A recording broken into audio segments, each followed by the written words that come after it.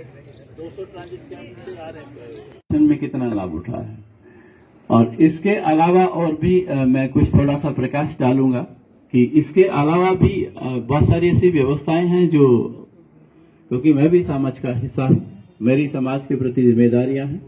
और beyond capacity जो मैं काम करता सिर्फ आंख, और जब लिखते हैं तो आपके 3 ऑर्गन काम करते हैं, आंख, आपका हाथ और दिमाग, कंसंट्रेशन। तो ये कहा जाता है कि जब जो भी पढ़ें, लिख कर पढ़ें, बहुत ज्यादा याद होता है कि उस वक्त तीनों अंग आपके काम करते हैं। और जब आप खुद विजुअलाइज करें चीजों को, आप फिल्म देखते हैं, आपको ज्यादा याद रहता है क्योंकि आप कंसंट्रेशन से आप देखते हैं। तो जब चीजें आप रूबरू होकर देखेंगे, इस विभिन्नता के देश को जब अपनी आंखों से देखेंगे, और क्योंकि जो बच्चे हैं उनके जो अपने दिमाग का जो कैपेसिटी है वो ज्यादा है एक्सप्लेन करने का, समझने का और उसको दूसरे को समझाने का। कई बार बच्चे आपके गुरु हो जाते हैं, माँ बाप को सिखाने लगते हैं कि ये नहीं, ऐसे करना चाहिए। तो ये भारत भ्रमण का मुख्य उद्देश्य था कि बच्चे जो हैं, जिन्होंने खाली पुस्तकों में हिंदुस्तान के बारे में सुना है, देखा है, वो खुद विजुअलाइज करें, आंखों से देखें और आकर अपने आस पड़ोस में दोस्तों को, माँ बाप को समझाएं कि जो अब तक हमने हिंदुस्तान के बारे में या ये देश के बारे में सुना था, ऐसा नहीं है, ऐसा है।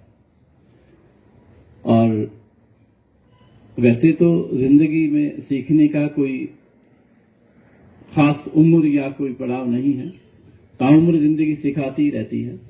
लेकिन जो एकेडमिक जो चीजें होती हैं, जो पाठ्यक्रम से संबंधित जो चीजें होती हैं, वो यही बचपन होता है जिसमें आप बहुत गहराई से सीखने की कोशिश करते हैं। भारत भ्रमण के अलावा मैं एक जरूर कहूंगा बच्चों से कि जो आपके पास एक डायरी और पेन दिया हुआ है, उसमें जो भी आप देखें, शाम को जरूर लिखें कि आप कितना वक्त आपने यहाँ गुजारा है और आपने क्या क्या देखा है। इस इतिहास से संबंधित कोई चीज है, आधुनिक आधिपत्य से संबंधित कोई चीज है, किसी नेता, प्रधानमंत्री, मंत्री से भी अगर कोई आपकी मीटिंग करवाते हैं, मुलाकात करवाते हैं, वो भी आप लिखें कि आज का दिन आपने यहाँ गुजारा और आपको ये सीखने को मिला। जब आपका ये समापन हो जाएगा, 5वें 6वें दिन जब आप वापस लौट कर आएंगे, तो आपसे हम पूछेंगे कि आपका अनुभव कैसे रहा। उसमें आपके पास लिखा हुआ कोई वक्तव्य है या कोई अपना अनुभव लिखा हुआ है, तो आप जो है विभिन्नताओं का देश है, और भारत को एक्चुअली जानने के लिए कि भारत इस तरह के हैं, भारत का खाना पीना, वेशभूषा, भारत की जो स्थापत्य कला है, उनको जो आप पुस्तक में पढ़ते हैं वो तस्वीरें शायद समझ नहीं आती। जब आप विजुअलाइज करते हैं, अपनी आंखों से देखते हैं, तो ये भारत दर्शन उसके लिए है कि भारत ऐसा है जिसमें हमने 3 स्टेट भारत का, जैसे दिल्ली है, दिल्ली तो एक सभी तरह की जो कल्चर है उसका एक बहुत बड़ा सेंटर है।